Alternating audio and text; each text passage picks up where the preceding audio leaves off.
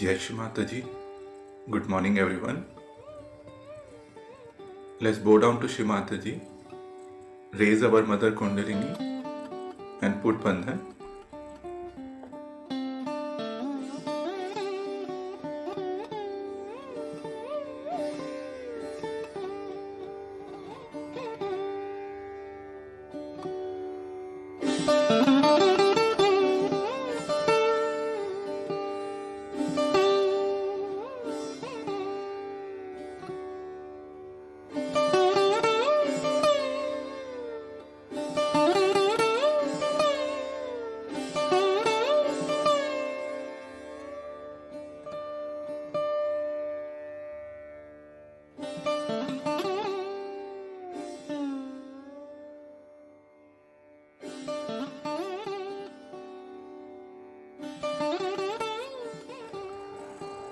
Shri Ganesh Mantra.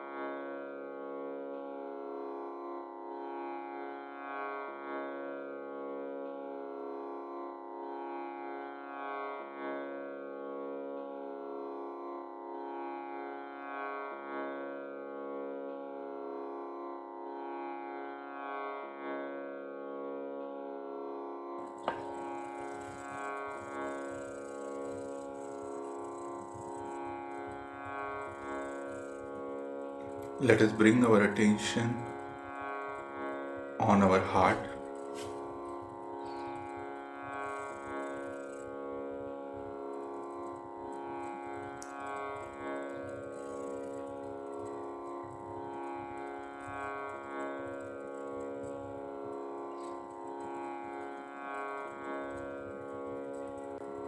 Shri Mataji, kindly come into our heart.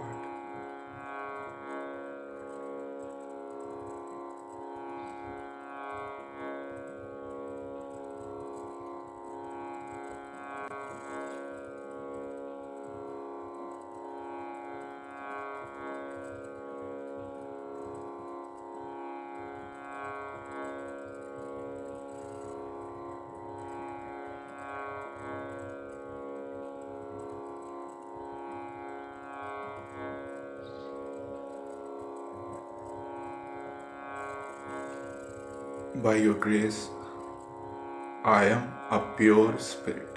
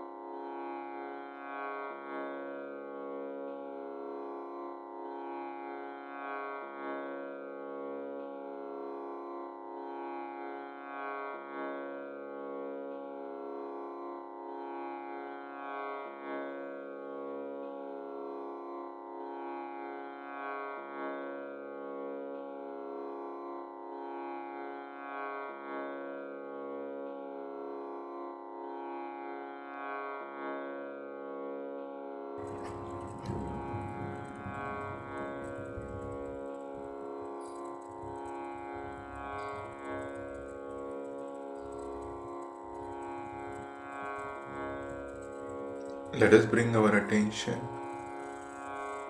on right Swadhisthana and Navi.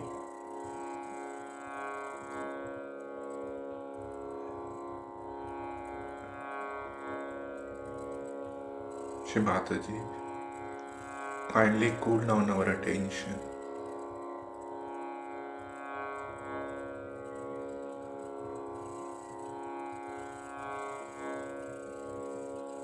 Kindly purify our attention.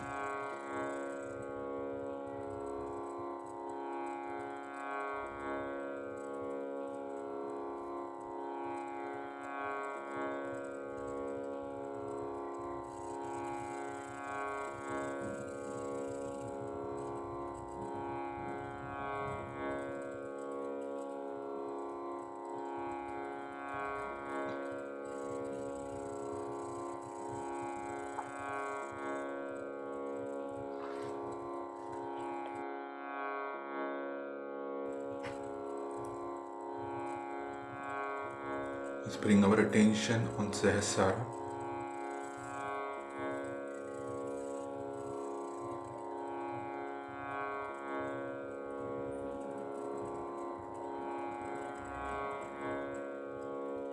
Thank you, Shri Mataji, for giving us self-realization.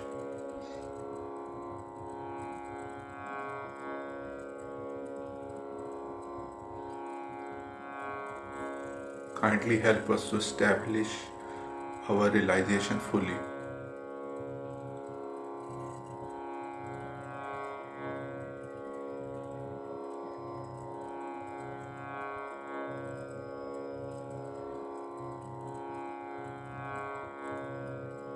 Please bless us with thoughtless awareness state.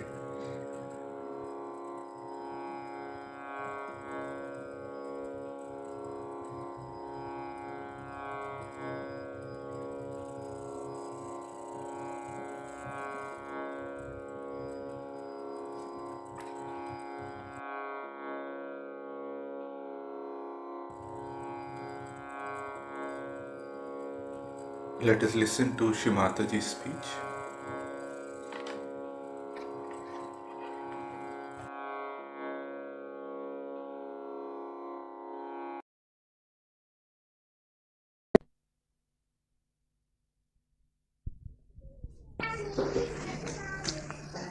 Today is a special day of Guru Nanak's birthday. We have celebrated one Guru Puja, and as you know that Guru Nanak was also the incarnation of the primordial master. The same spirit came on this earth, and he's the one who tried to re-establish the work of Muhammad. Muhammad was the incarnation of the same spirit, the primordial master. He came on this earth to establish a religion. Islam is the name of that religion, is the religion of every Sahajogi, of every Christian, of every Hindu. We all belong to one religion which believes in expanding our awareness to the new perception of collectivity. From human level to the higher level, where you can perceive and manifest the divine power. This is the religion we are following. All the religions were established on this earth to create the seekers. You are the seekers. You are the men of God. Now all of you have to become prophets. And to become prophets, today's Sahaja Yoga has taken the form of Mahayoga. All of you have to become prophets. The prophets have two special qualities, as all the prophets have. First of all, they have to talk about spiritual education. All of them did that. Muhammad Sahib did it, Raja Janaka did it, Nanaka did it, Moses did it, Abraham did it. All of them prophesied and taught you how to lead yourself in the right path, by the right action, by leading a right life. You are going to be the prophets of a little different nature. You are prophets, you are Islamic, you are Jews, you are Parsis, you are all those, but you are going to become prophets, which are called as Peer in Islam. In Hindu scriptures it's called as Atma Sakshatkari, Atmajas. In the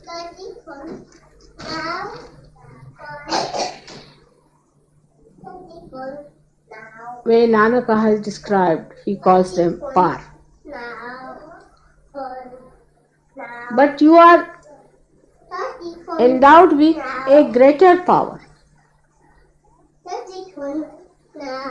There's more power in you. They had a bigger propensity. You have another delicate power by which you can raise the Kundalini of people. You are going to be prophets who are going to make others prophets. Not only to establish religion, but to make them prophets. This is the most important thing. Not just to maintain a static state of righteous, religious, good people, but that to evolve those seekers, those righteous, good, religious people into prophets. And those prophets whom you will evolve will also be the same type of prophets, but they will also have this additional power by which they will also evolve. That is why it is a Mahayoga. This is the greatest work in the history of all spiritual history. That you are the prophets who are looking after the men of God, and you are going to transform them into prophets. To have so many prophets now for me, can't imagine how happy I must be feeling.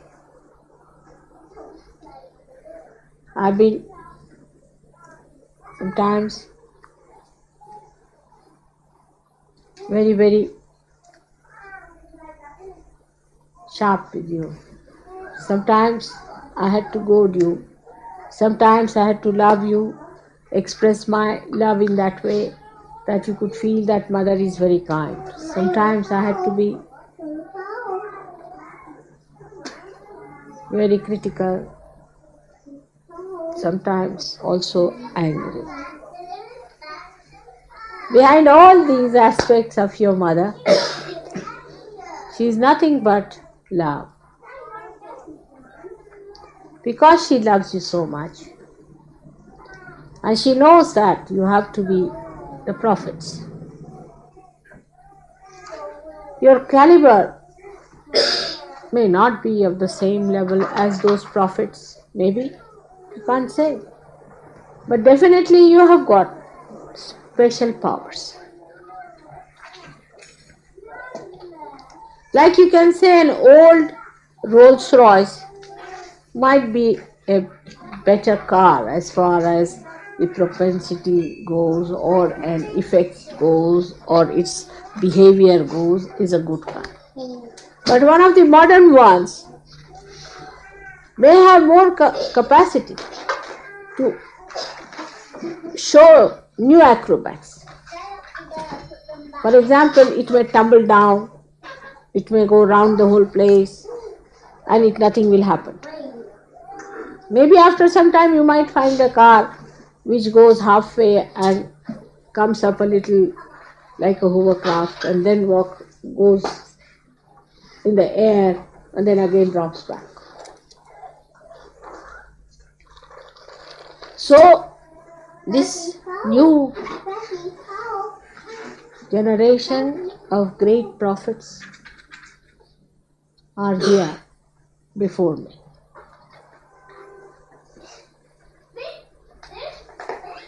But the big difference between them and you is this, that none of them had a mother to guide them, to love them, to encourage them when they were depressed, and also to spoil them.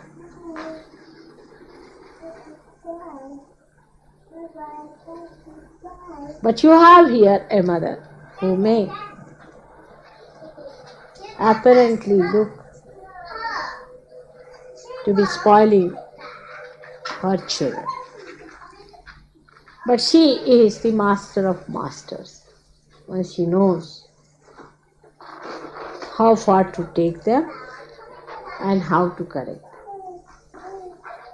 Now for all of you, I have to tell you that you have to develop your independent discretion.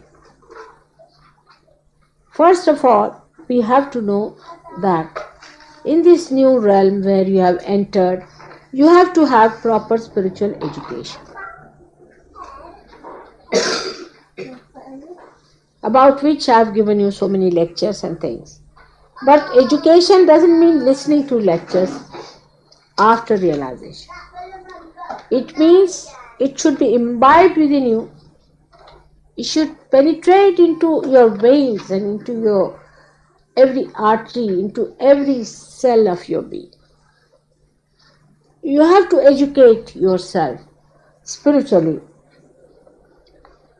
And Guru Nanaka prophesied, just like William Blake, that the men of God are going to come during Kali Yuga.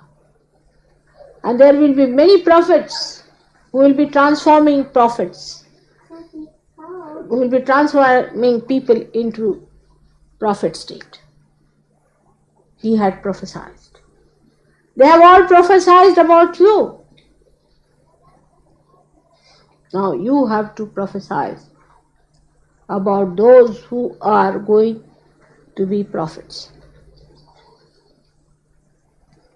But as it is, you know that we need spiritual education. Because your Guru is a mother, we lack discipline. There is complete freedom for all of you. You know that if you go to a Guru, what kind of discipline you have to observe. I mean the real one also. Unreal of course. But even the real ones, how they test your attention. Even for the smallest thing, how they treat you. I'll give an example of Ravi Shankar, who was a very great, you know who is a very great sitar player. My father was an advisor to the Maharaja of Mayar, where their Guru was living. This Guru was a Muslim, but he used to worship Kali, Mother, used to worship Mother. And very self-disciplined man. They say he died at the age of 110 or 120. Alauddin Khasa. And this Ravi Shankar was there. I saw him as a young man. And this Ali Akbar whom you heard. They were literally frightened of their Guru, who was a master himself. He knew so many of these instruments. One day, my father, whom he used to respect very much, always used to bow to him. Though he was a Muslim, they touched feet, you see, because my father was a great connoisseur of music and a supporter of music. And he bowed to him and he said, now should I play? So he said, why not ask your disciple, this Ravi Shankar, to play? And he said, yes, come along, play. He said, not today, sir. Please, not today. He was very frightened. Then he said, all right, let it be. He started playing. He used to play on mridanga. He used to play beautiful mridanga. Tremendous. I mean, can't imagine. He was a realized soul, no doubt.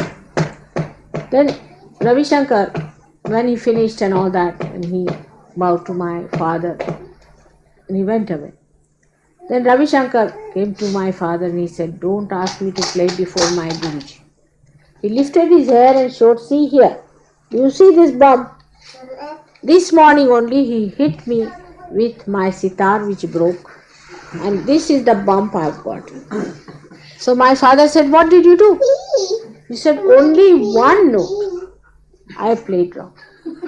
That too not wrong, but little out of tune. And on that point, he has broken this part of my head. and I have been in this terrible pain. And he said, you are not to see any doctor.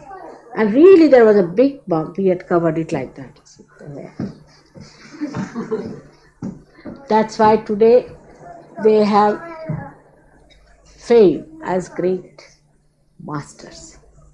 Because to be masters, you have to obey your master and to discipline yourself.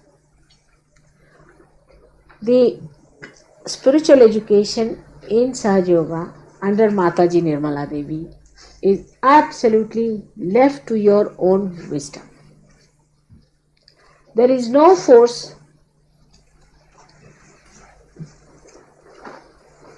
there is no compulsion, there is no organization. It is you who has to feel the joy of your spirit, and it is you who has to share it with others. It is you who has to raise the kundalini of others. Now, today, when we are thinking of a great prophet who on this earth came to establish good relationships between Hindus and Muslims. Imagine, when Muhammad Sahib came, he did not know that he was facing these horrible people there who murdered him. Actually, they murdered him. They gave him poison.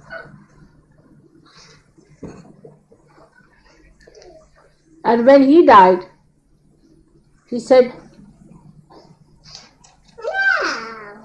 that there will not be any need for any prophet to come in. Naturally, if you torture somebody, what else he is going to say? Also, he felt that whatever he has said, it being such a truth, it will definitely prosper, and the seed has been sown.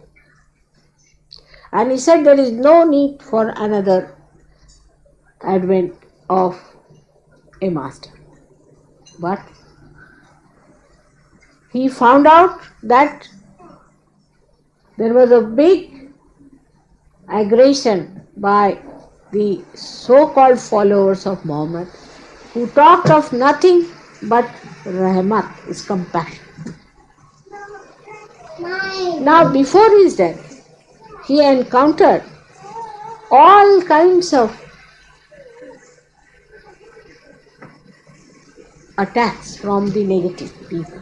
All, the worst of all, I think he has suffered the worst.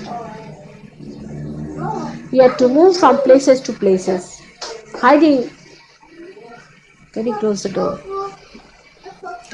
Hiding the children away from negative forces. Tribes to tribes. It was a tremendous life, the way he led it.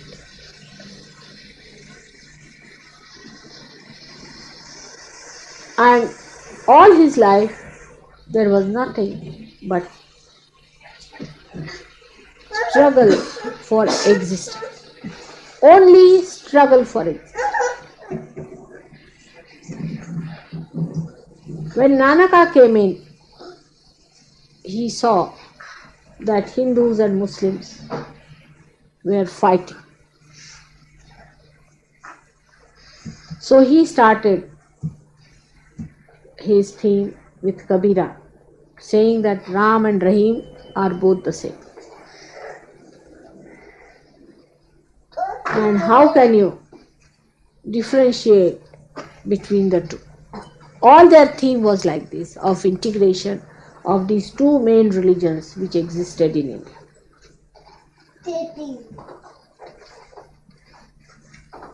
That time, there was no question of giving realization.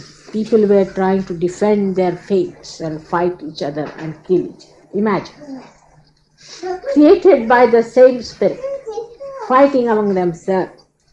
How silly it must be and absurd. in many places, Nanak Sahib has proved that he was Muhammad. Once he was lying down and his feet were towards Mecca. So people said, how can you put your feet towards Mecca? He had Muslim disciples and also Hindu disciples. He said, all right, whichever way you say, I'll put my feet. So he turned round his feet. They said, still you are towards Mecca. He went round and round and round. Still they saw him facing Mecca. And they could not understand how it was that he was facing, his feet were towards Mecca. That Mecca was at his lotus feet. Same with Muhammad. Now all these great incarnations had a special power over water. Because you know, in the stomach we have our void and Nabhi Chakra, which is made of ocean. Ocean represents the incarnation of Adi Guru, Dattatreya. These had great powers of oceans and over water. Like Moses, he crossed the ocean by creating a road. That's one of the very significant things, which shows that the void can be crossed with the help of the Guru. And even Muhammad Sahib had a tremendous power over ocean. Then Nanaka once put his hand on a rock and water started coming out of that. People were amazed how it started, and that's why it is called as Panja Sahib. Panja means the hand. Panja means the 5 fingers, you see, like this. What do you say to this? This part, like that. Hand. Huh? Hand with 5 fingers. No, not the palm. The whole thing. Like this is a panja. Hand, but hand can be like this, you see. This way. There is no word. Alright. So this is panja. This is 5. And Punjab is 5 waters. 5 rivers. In that area are called Punjab. Now, another thing about all these incarnations had to deal with your attention. So they were particular about looking after your attention. And that is why from the time Moses or Abraham came in, they talked of no alcoholism. All of them. It is written very clearly in the Bible that these strong alcohols, fermented, should not be taken. If you don't want to read it, one need not. But they think it was Moses who said it and Christ did not say. So Christians can take it, the Moses people should not take it. There is no breaking of link between Moses and Christ. They are of the same tree, of the same pattern, of the same thing. But those who want to use Moses for their own purpose will follow as much as Moses has said, and those who want to follow Christ will follow only as much as Christ has said, because it's very good for them. For such useless people, Sahaja Yoga has no place. We have to understand that all these people have said for our good and for the maintenance of our spiritual life. And none of them are to be criticized or to be challenged, but to be fully respected as our Guru. All of them. Whether one belongs to Islam religion or to the Jew religion or to the Christian religion or to the Hindu religion, and if they are fanatic, they are going against their Guru. It is against their Guru. So they were against fanaticism. First thing, they were against alcoholism. That's the first thing. They thought because somehow human beings take to alcoholism very fast. At the time of Muhammad Shah, people did not know how to smoke. Then they developed, became modern. At the time of Nanaka, they started smoking, so he prohibited that. But Muhammad Sahib said that anything that goes against your awareness, any intoxication of any kind, he gave a very general instruction, is against God.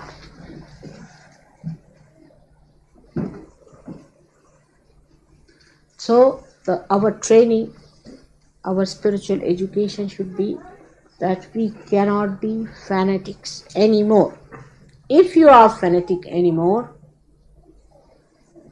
or you are identified with any one of your old ideas, then beware. Be very, very careful. You cannot have fanatic ideas anymore if you want to be a good Sahajogi or a Mahayogi, meaning a person who is a prophet, not only a prophet, but who is capable of transforming others into prophets.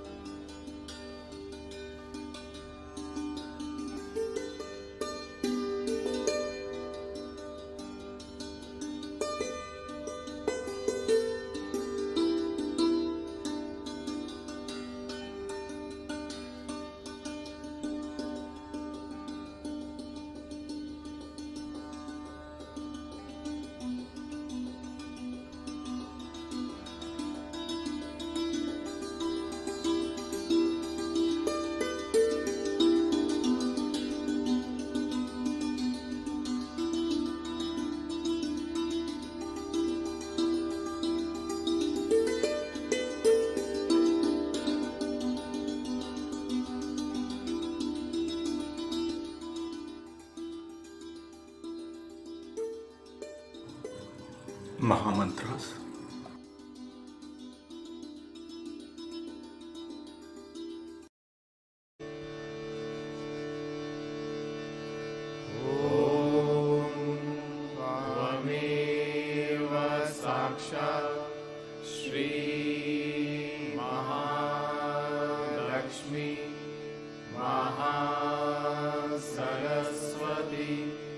Mahakali, Trigu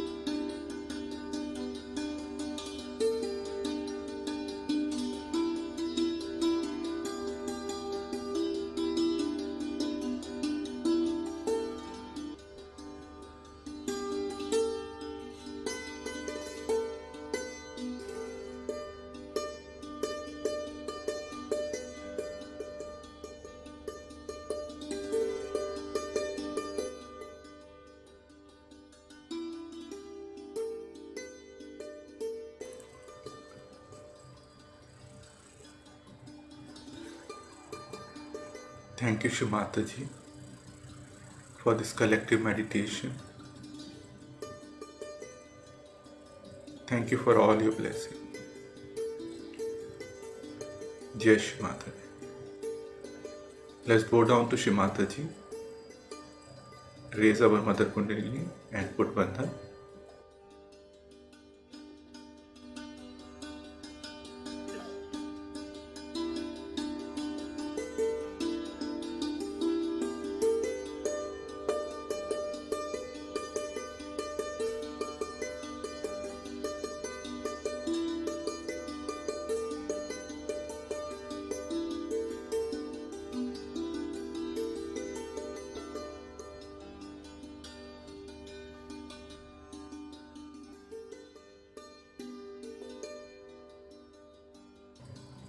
We will continue our morning meditation tomorrow, same time.